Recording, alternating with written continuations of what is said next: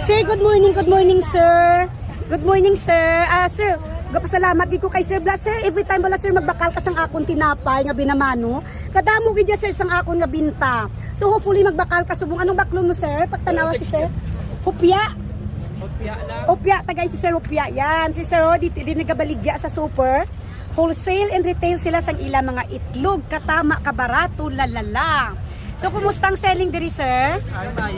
Mayo man, sir. Yes, it's good to hear nga manami nga baklanaya kasi 60 pesos. Oo. So, ang pwesto ni sir, ara na tayo si Sir Rupya. Ay, wow, 60 pesos, sir. Salamat sa pagbakal. Kag mga palangga, when it comes sa itlog, diri ka mo kay Sir Bakal, ho? May tagpulo ka pisos. Ining red ni sir, tagpila ni sir? 18 is 18 pesos ha. Sir, ano ganing ngalan mo, sir? Leonard. Leonard.